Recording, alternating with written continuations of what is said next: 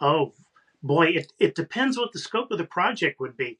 And listening to the president, it's unclear if he's talking about rebuilding the existing historic prison and making it functional again to lock up people, or some vision of tearing down the historic buildings on the island and constructing an even new complex.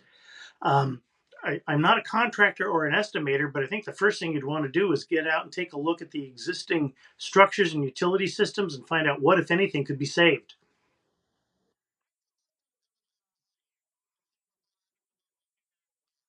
Um, it almost isn't. The Park Service, when we took over the island in 1973 to open to the public, there were no functioning utilities at all on the island. Even today, water comes from the mainland. There's no sanitation, there's no running water, no sewage. All the garbage and human sewage has to be hauled off the island by boat. Many of the buildings that are standing are essentially stabilized ruins. A few buildings have been rehabilitated for use, like warehouse, but the big prison building itself, it's got some serious structural problems that would have to be addressed. Essentially, it was closed because it was in harm's way, and it hasn't gotten any better in 63 years.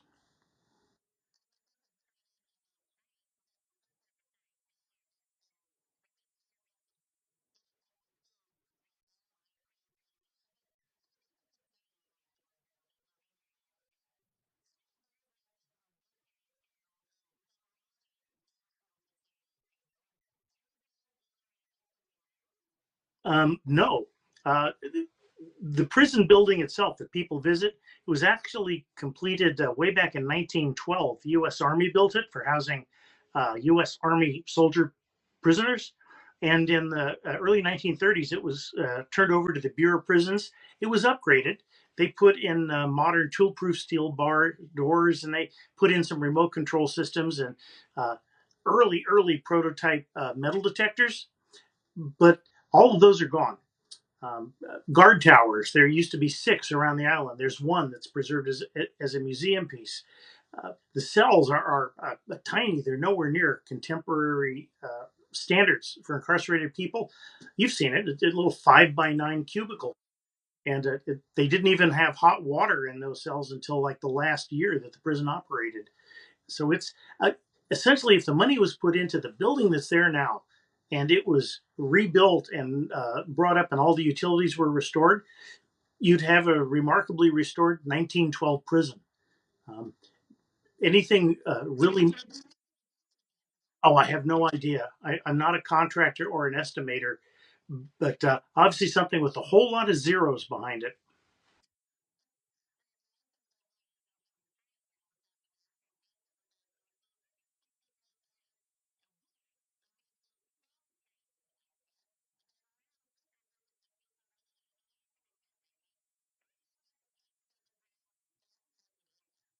Um, Much of that income goes to rehabilitation and restoration on the island.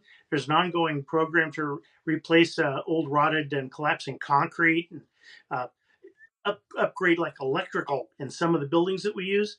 Um, if that revenue didn't come, well, there would go a lot of the rehabilitation and restoration. But it's sort of a moot point if it was turned into a penitentiary again.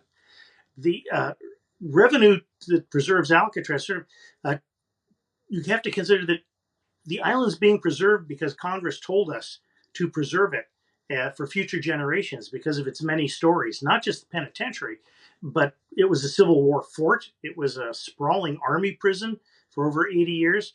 In the 1960s, it was the site of a Native American statement when Indians of all tribes, as they called themselves, took over the island again. It's been discovered that it has incredible natural resources. It's a bird breeding ground. If the Congress delegislated Alcatraz and gave it to the Bureau of Prisons, all that would be moot.